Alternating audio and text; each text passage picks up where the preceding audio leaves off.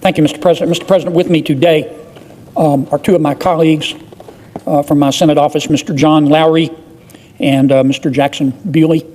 I'm grateful for their good judgment, counsel, and advice. I am delighted, Mr. President, to see so many members of Congress, and I mean this sincerely, so many members of Congress embrace the call for a less wasteful federal government, for a more efficient federal government. We spend a little over $6 trillion a year, as Senator Sanders so eloquently pointed out. When you spend $6 trillion a year, somebody's getting $6 trillion a year. Every penny in our budget has a constituency, and that constituency will fight us. They will fight us. And I recognize that, and it's something that, as we go about downsizing government, we have to be mindful of. However, there is one constituency. Every day, millions of hardworking Americans wake up and do what they need to do to make ends meet. They work 2 or 3 jobs. They run small businesses. They raise families. And at the end of the day, they pay their taxes every dollar hard-earned, every dollar sent in with the expectation that their government will use it wisely, responsibly, and efficiently. So when we in Congress talk about the national debt, the deficit, or the $6 trillion our federal government spends every year, we need to remember where that money comes from. It comes from those very people, every teacher, every truck driver, every nurse, every construction worker. And they have a right to expect that their money won't be squandered. That's why what I'm about to talk about is not just a budget issue, it's a moral one. It's not about ideology, party affiliation, or philosophical differences in the size and scope of government. It's about basic competence. It's about honesty. And it's about fixing a problem that frankly should embarrass every single one of us. Because in 2023 alone, the United States government sent out $1.3 billion, not million, but billion in payments to people who are no longer alive. Every penny in our budget has a constituency, and that constituency will fight us. They will fight us. And I recognize that, and it's something that, as we go about downsizing government, we have to be mindful of. However, there is one constituency that is not going to be able to fight us in our quest to scrutinize federal spending, and I'm referring to dead people. And that's what I want to talk about today. I want to talk about dead people and the fact that they're getting money from the federal government. In fiscal year 2023 alone, this is just 1 year, our government sent $1.3 billion, not $1.3 million. We sent $1.3 billion in checks to dead people. Those aren't my numbers. Those numbers come from the Office of Management and Budget. That's just 1 year. Not only is the federal government sending checks to dead people, those checks are being cashed. Now, I have heard, Mr. President, of dead people voting, but cashing the checks? You don't have to be God's perfect idiot to realize that there's fraud happening with respect to all this money. Here's how this problem arises. When you die in America, your name is sent to the Vital Records Office in your state. And at that point, the Social Security Administration pays each state to to get an ongoing list of deceased Americans in that state. So far, so good. The Social Security Administration takes this data, this list of deceased people, and they compile on an ongoing basis a list called the Death Master File. The Death Master File. That's just a list of everybody, updated daily, of people in the United States who are deceased. Why does the Social Security Administration do this? Well, so the SSA, Social Security Administration, can stop sending people who have died checks. So far, so good. There's just one problem. I discovered this about 7 years ago. The Social Security Administration refuses to share that list with anybody else in the federal government.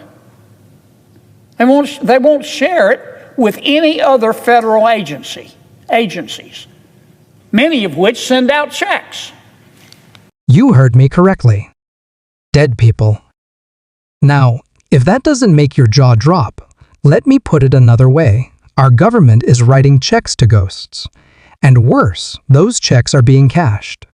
They're being cashed by fraudsters, opportunists, and sometimes even well-meaning relatives who've convinced themselves that it's harmless to keep cashing benefits after a loved one has passed away. But let me be clear, this is fraud, plain and simple. And it's enabled by outdated systems, bad data sharing, and bureaucratic inertia. Imagine walking into a bank and saying, "Hi, I'd like to deposit a check made out to someone who died 10 years ago." They'd laugh you out the door. But in the federal government, it's business as usual. Let me be even more specific. During the COVID-19 crisis, in our attempt to keep the economy afloat, we issued stimulus checks to help Americans in need. But in that process, $1.4 billion went to dead people. Dead people got stimulus checks, and someone cashed them. We talk a lot in this chamber about waste, fraud, and abuse. We argue over entitlement programs, tax policy, defense spending, you name it. But if there is one issue we should all be able to agree on, it's that the federal government should not be sending money to dead people. And the saddest part? We already have the solution. The Social Security Administration maintains a database called the Death Master File, a daily updated list of all deceased Americans. That list exists for a reason, to help the government stop sending checks to people who've died. But here's the catch: the SSA refuses to share that list with other government agencies. Treasury doesn't get it. The Small Business Administration doesn't get it. The VA doesn't get it. Why? Because of a narrow legal interpretation of SSA's authority. They've said they're not allowed to share it. The Department of Treasury, for example, sends out checks. SSA won't share the information with them. The Small Business Administration sends out a lot of checks. The Social Security Administration has a list of all deceased Americans, but SSA will not share that information with the SBA. I'll give you some examples. You remember, Mr. President, when we were in the coronavirus crisis, so we had an economic meltdown.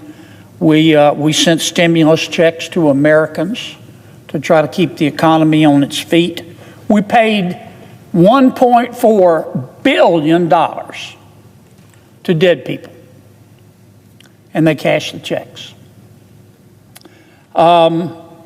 The Paycheck Protection Program, which was a part of our stimulus program, paid out $38 million alone to dead people. These were people who were using, live people obviously, who were using dead people's Social Security numbers to collect payments. The COVID-19 Economic Disaster Injury Disaster Loan Fund another culprit was involved in sending checks to dead people. The Department of Veterans Affairs, and I'm not blaming them, in many respects it's not their fault. A couple of years ago, a scam artist stole the Social Security number of a deceased veteran,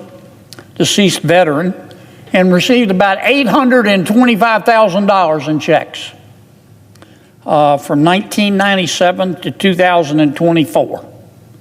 Now, the person committing this fraud was just quietly accepting the checks. Somehow the Department of Veterans Affairs, and for some reason, stopped sending that person the checks. So the fraudster just picked up the phone and called the Department of Veterans Affairs. He impersonated the dead person and convinced them to start sending the checks again. Again, not necessarily the fault of the Department of Veterans Affairs. The VA didn't know that the Social Security number belonged to a deceased person. Another example, a person in Ohio was able to collect her deceased mother's Veterans Affairs benefits for 48 years. 48 years. A few years ago, I decided that was enough. I worked across the aisle with my friend and colleague Senator Tom Carper to pass a bipartisan bill in 2020 called the Stopping Improper Payments to Deceased People Act. This law gave the Social Security Administration the legal authority it claimed it didn't have to share the death master file with other agencies. But, of course, in the spirit of bureaucracy and compromise, we had to settle for a 3-year trial period, just 3 years to see if letting the federal government talk to itself was a good idea.